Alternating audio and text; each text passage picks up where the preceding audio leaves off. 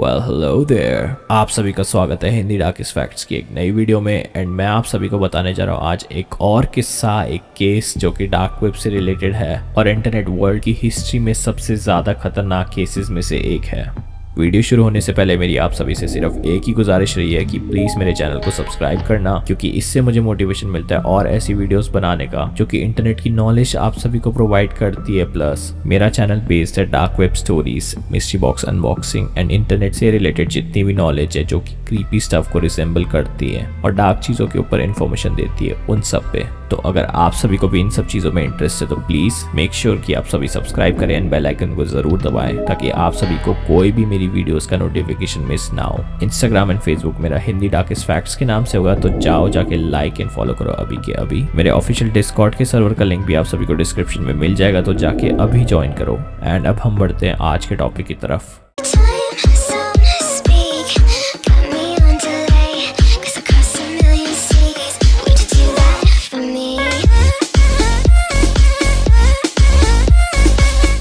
आज जो मैं आप सभी को केस सुनाने जा रहा हूँ वो रियल लाइफ की एक बहुत बड़ी दुर्घटना के ऊपर बेस्ड है, जो कि एक इंटरनेट कर्स है, हिरोशिमा और नागासाकी की एटॉमिक बॉम्बिंग्स का। अब मैं इस स्टोरी के अंदर आप सभी को बात बताने जा रहा हूँ एक लड़के की जिसे ऑनलाइन ये कर्स दिया गया था for the first time in the internet history. And yes, ये जापान में हुआ था केस। तो अब हम उस जापानीज क्रीपी वाइब्स में जा रहे हैं। तो ये बात है 1999 की, जब रेड रूम एक मूवी थी अकाई हेयर, जिसके बारे में मैंने पहले भी अपनी रेड रूम वाली वीडियो पे बात करी थी।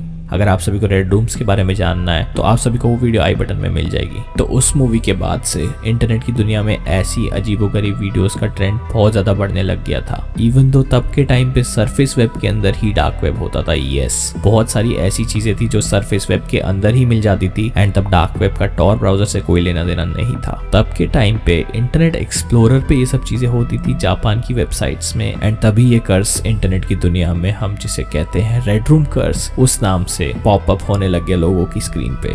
अब इसका नाम रेड रूम कर्स क्यों था, ये सबसे पहला सवाल लोगों के मन में उठता है। एंड इसका हिरोशिमा नागासाकी के बॉम्ब ब्लास्ट से क्या रिलेशन था, इन सब के जवाब मैं आप सभी को कुछ ही पलों में देने वाला हूँ। तो सबसे पहले तो मैं आप सभी को बता देता हूँ कि रेड रूम कर्स के अंदर होता क्या है। तो बेसिकली स्क्रीन के अंदर आप सभी को एक रूम पॉपअप होता है, आई मीन विंडो, जिसको ये अज्यूम करते हैं एज अ रूम। एंड उसके ऊपर एक क्रीपी से फॉन्ट में जापानीज में लिखा होता है, do you like the red room. And सिर्फ यही लिखा होता है, जिसके अंदर रेड बैकग्राउंड होता है एंड ब्लैक लेटर्स होते हैं एंड थोड़ा सा लाइक स्क्रैप्ड आउट होता है, मतलब कि थोड़ा सा टॉन हो रखा होता है, जैसे कि एक पेपर हो जिसके ऊपर रेड में लिखा हो, do you like the red room, ऐसा क्वेश्चन आता है। एंड उसके बाद आप सभी अगर क्लोज करोगे इस विंडो को तो वो ऑलमोस्ट इम्पॉसिबल हो जाती क्लोज करनी, बिकॉज वो फ्रोजन हो जाती है आपकी स्क्रीन के ऊपर। आई डोंट नो कि अगर ये एक इंटरनेट वायरस है या एक सच्ची का कर्स, बट हमारे हिसाब से एज पर नॉर्मल ऑडियंस हमें एक वायरस लगेगा। बट बहुत सारे कॉन्स्पिरेसीज एंड थ्योरीज है जो कि इस चीज को एक सच्चाई के, एक सच्चे इंटरनेट कर्स में भी मानते हैं। बेसिकली अगर एक ज्यादा एजुकेटेड एंड कॉन्स्पिरेसी वाला इंस्पायर्ड होके इस चीज को ध्यान से देखेगा तो फिर हमें इसमें पता चलेगा कि ये एक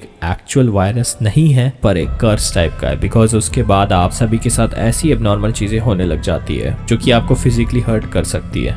आप उस रूम से एस्केप नहीं कर पाओगे, मतलब आप उस रूम से भाग नहीं पाओगे जब ये पॉपअप विंडो आप सभी की स्क्रीन में अपीयर होगी। आपके दरवाजे अपने आप बंद हो जाएंगे एंड आप अपने रूम में मारे जाओगे। ये ऐसा कर्स है जो फिजिकली टॉर्चर करता है आपकी बॉडी को। इसमें यह भी कहा जाता है कि जो बंदा मारा जाता है अपने कमरे में, उसकी दीवारें लाल रंग से रंगी हुई होती है। तो ये एक तरह से क्रीपी एंड बहुत ज्यादा खतरनाक चीज है जो कि एक क्लासिक इंटरनेट कर्स था एंड इंटरनेट की हिस्ट्री में सबसे बड़े कर्सेस में से and one of the biggest myth माना जाता है। तो अब मैं आप सभी को हिरोशिमा नागासाकी से रिलेशन बताने जा रहा हूँ, इसका क्या है। तो जो रेड रूम कर्स था वो सिर्फ red room Akai Heya movie, जो जापानीज मूवी है 1999 की, उससे ही नहीं पॉपुलर हुआ था। उसके साथ साथ एक केस हुआ था। एक 12 साल की लड़की थी जो सासेबो में रहती थी, उसका नाम था Nagasaki. Yes, not exactly but kind of a reference to Hiroshima and Nagasaki. And उसका मर्डर उसकी क्लासमेट ने कर दिया था। तो बेसिकली तब के टाइम वो जो मर्डरर थी वो 11 साल की थी, तो उसका जो नाम था उसको एक्सपोज नहीं करा। तो बेसिकली उसके कंप्यूटर के अंदर एक फोल्डर था जो बुकमार्क हो रखा था रेड रूम के नाम से। एंड जब वो फोल्डर खोला उन्होंने तो उसके अंदर से इंफॉर्मेशन निकली ऐसी, जिसके अंदर सारी क्रीपी मर्डरर्स वीडियो थी एंड उसके अंदर एक क्लिप निकली जिसके अंदर नागासाकी को मारा गया था। अब कहते कि जो नागासाकी है उसका जो एक कर्स है वो इंटरनेट में घूमता है, तो वो एक तरह से इंटरनेट घोस्ट है जिसका नाम नागासाकी है। वैसा ही सीन हुआ था एक लड़की के साथ हिरोशिमा नागासाकी की बॉम्बिंग्स के टाइम पे। उसको ल्यूकेमिया हुआ था जो कि एक आफ्टर इफेक्ट था बॉम्बिंग के बाद का, एंड वो लड़की भी 12 साल की थी। How interesting right. उसका नाम साडाको सासाकी था एंड बेसिकली उसकी जो आत्मा थी वो हर जगह भटकती थी एंड लोगों को हॉन्ट करती थी। बेचारी कितनी ज्यादा इफेक्ट हो रखी थी एंड वो एक हिबाकुशा थी। अगर हम इसे इंग्लिश में बोले तो फिर एक बॉम्ब अफेक्टेड पर्सन, जो उसे ल्यूकेमिया की बीमारी हुई थी जिससे उसकी मौत हुई थी, वो उसे बॉम्ब के साइड इफेक्ट से हुई थी। तो एक तरह से उसकी आत्मा हमेशा हमेशा के लिए हर जगह उसी एरिया के आसपास भटकती थी एंड उस पे बहुत सारी चीजें बनी है, इवन दो उस पे एक मूवी भी बनी है। तो ऐसी बहुत सारी घटनाएं हुई थी जो एक दूसरे को लिंक करती थी एंड नागासाकी एक तरह से रेड रूम के कर्स की एक इंटरनेट में घूमने वाली आत्मा है। अब आई डोंट नो इसमें कितना सच है, पर जो केस स्टडी है हम उस पे फोकस करें तो फिर एक लड़का था, उसकी ज्यादा इन्फॉर्मेशन नहीं दे रखी, बट वो बंदे के पास पर्सनल कंप्यूटर तब के टाइम पे आया था एंड वो बहुत ज्यादा एक्साइटेड था उस चीज को खोलने के लिए। तो जब उसने वो कंप्यूटर खोला तो उसने देखा कि वो एक तरह से एक यूज्ड कंप्यूटर है एंड लड़के की एज भी 12 साल थी। इमेजिन एक लड़का जो 12 साल का था उसके पास एक यूज्ड कंप्यूटर आया था एंड वो लड़का भी सासेबो में रहता था। तो उसने डिसाइड करा कि वो इंटरनेट पे जाके फर्स्ट टाइम अपनी इंटरनेट ब्राउजिंग करे एंड सर्फिंग करे। इनफैक्ट उसने वो चीज इग्नोर कर दी थी कि जो कंप्यूटर था वो नया नहीं था, बट उसके लक में जो भी था उसने वो एक्सेप्ट करा एंड वो एक्साइटेडली फिर इंटरनेट में घूमने लग गया। उसका नया नया इंटरनेट कनेक्शन सेटअप हुआ था, प्लस उसके पास इंटरनेट एक्सप्लोरर था एंड विंडोज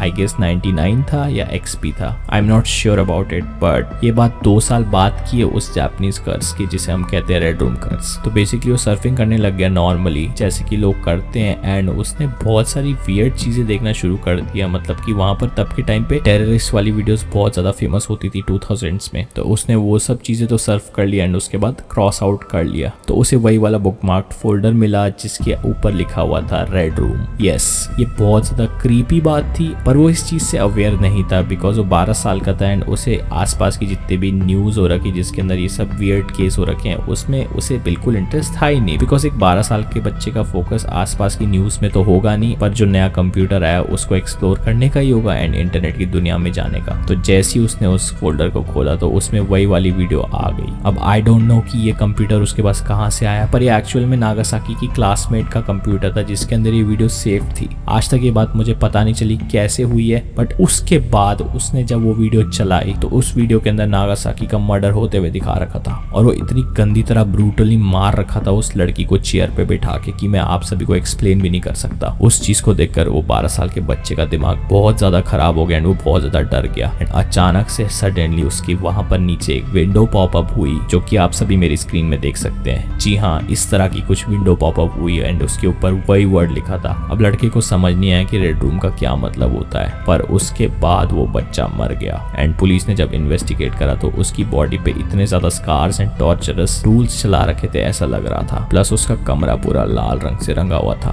तो ये कर्स वहां से पास ऑन हो गया, बट इसके बाद से उसका कोई केस नहीं मिला। तो ये रेड रूम का कर्स अपने आप में एक मिस्ट्री बन के रह गया। ये ऐसा एक अकेला केस है जो कि इस कर्स से जूझ चुका है। इस चीज को सुन के मैं भी बहुत ज्यादा डर गया था, बट अच्छी बात ये है कि ये किसी और के साथ घटना नहीं हुई। पर तभी भी आप सभी को अपना ध्यान रखना चाहिए इंटरनेट की दुनिया में, बिकॉज हमें नहीं पता कि इस कर्स में कितनी सच्चाई है। क्या पता कोई क्रीपी स्टॉकर हो। और हाँ, एक और बात, इसका जो लिंक का एड्रेस है उसके ऊपर लिखा आता है सिलिकॉन वैली 4358 एंड उसके बाद आता है red_cm3.swf। इसकी वेबसाइट का लिंक दे रखा है geocities.co.japan। तो अलग ही मिस्ट्री है इसकी एंड ये एक आई गेस इमेज फाइल है या आई डोंट नो किस तरह की फाइल है। तो आई डोंट नो कि इसके अंदर कितनी सच्चाई है, बट जो मेरे पास स्टोरी थी उससे आई होप आप सभी को कुछ ना कुछ इंटरनेट की नॉलेज मिली हो। अगर वीडियो पसंद आ गई तो प्लीज लाइक कर देना। एम करते हैं 2000 लाइक्स के लिए, तो जल्द से जल्द हो जाने चाहिए। सब्सक्राइब कर देना मेरे चैनल को। Thank you so much for watching this video. मेरी मुलाकात अब आपसे नेक्स्ट वीडियो में होगी, तब तक के लिए ध्यान रखिए, सेफ रहे एंड टेक केयर।